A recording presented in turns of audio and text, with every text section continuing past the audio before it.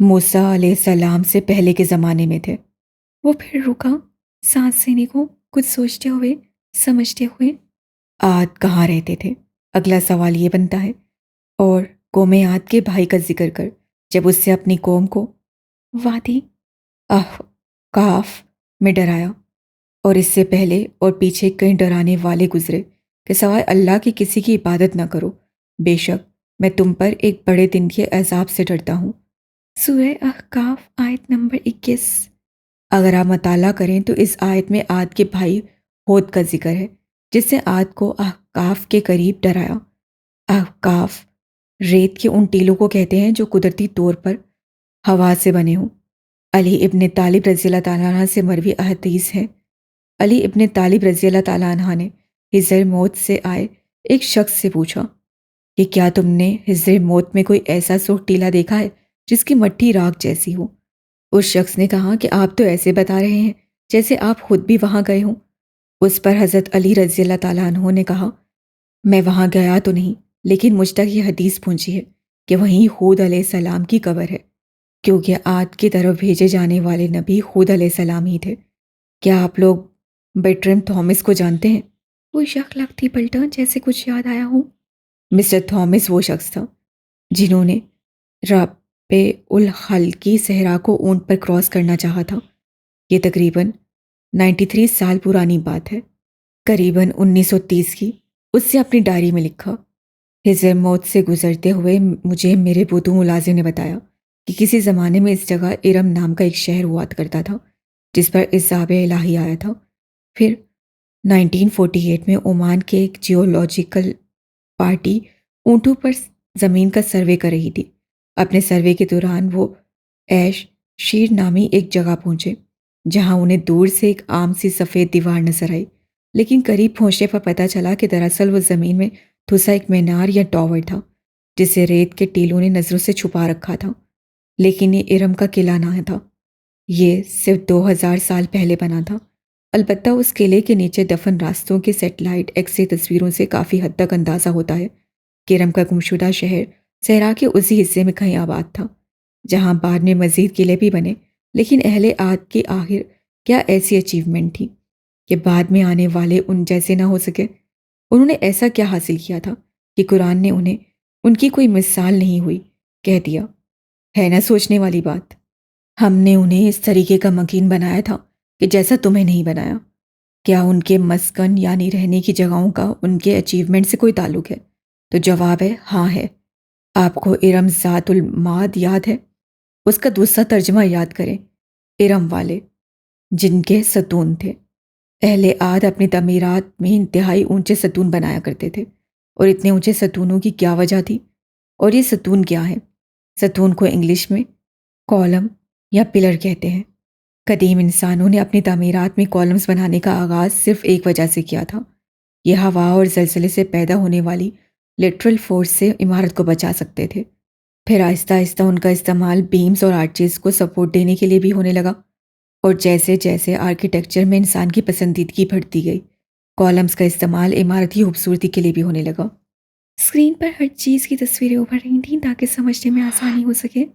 ہمارے پاس جو ریکارڈز موجود ہیں ان کے مطابق فرعون بادشاہ کالمز کو بلندی اور طاقت کی علامت سمجھتے تھے۔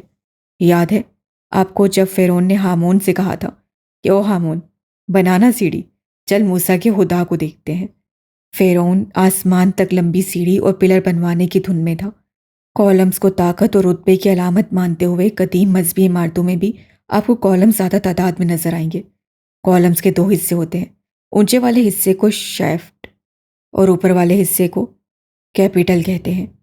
میں آپ کو تصویروں کے ذریعے سمجھا دیتا ہوں، اور آپ کو یہ دیکھ کر شاید حیرت ہو کہ پاکستان میں بھی بہت سی جگہوں پر ایسے کالمز موجود ہیں جن کا کیپیٹل کنول کے پھول کی طرح ہوتا ہے۔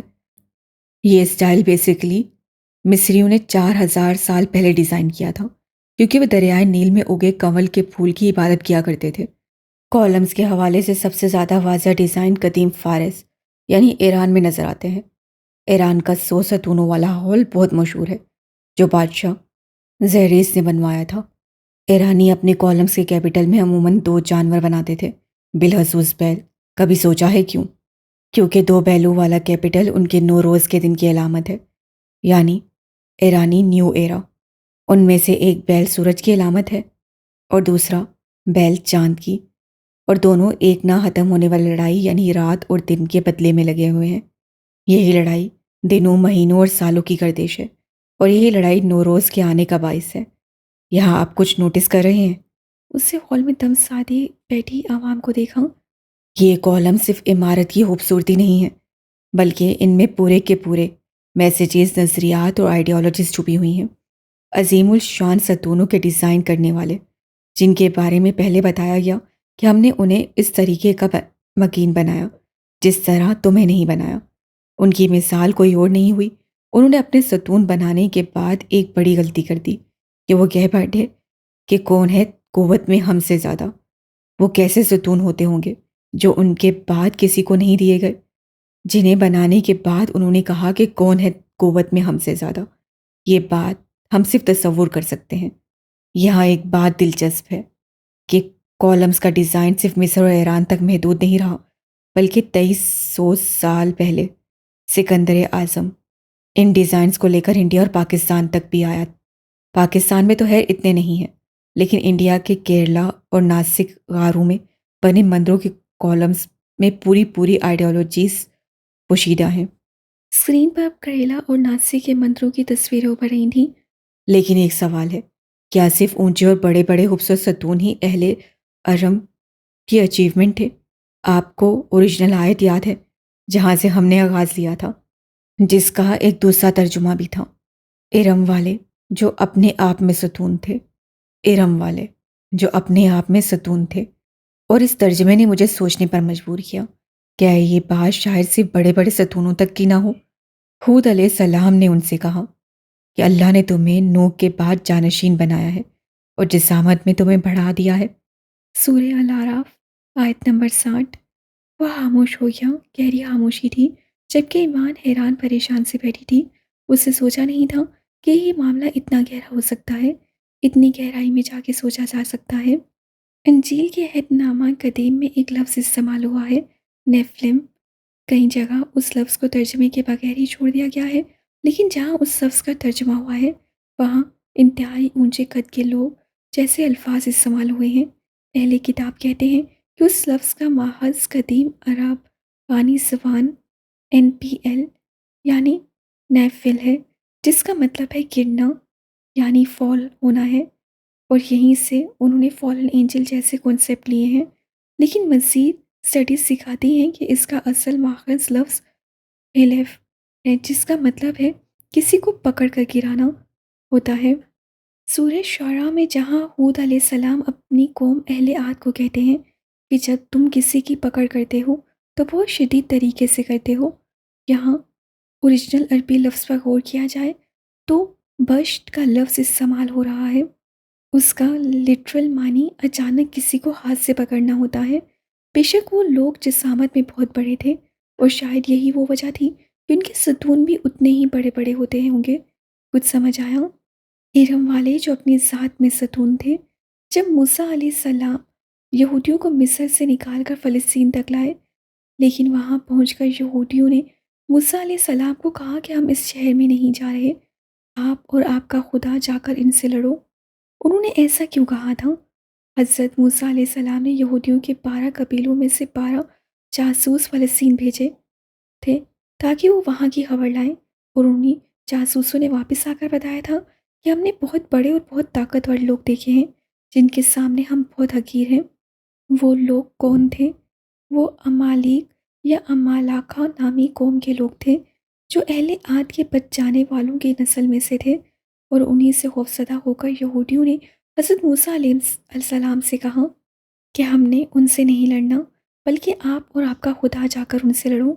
کئی سال گزرنے کے بعد، یعنی یہودی صحرا میں بھٹکتے سزا کاٹنے کے بعد، بالآخر جب اماکہ سے لڑنے کے لیے پہنچے تو ان کا سامنا جالوت سے ہوا، اور یہ شخص نام کے ساتھ قرآن میں مینشن ہے۔ یہ جالوت کون تھا؟ اسے انجیل میں گولیات نام سے بلایا گیا ہے۔ گولیات ایک انتہائی اونچا، لمبا، ترنگا اور طاقتور مرد تھا، اور میسٹورک ٹیکسٹ میں اس کی اونچائی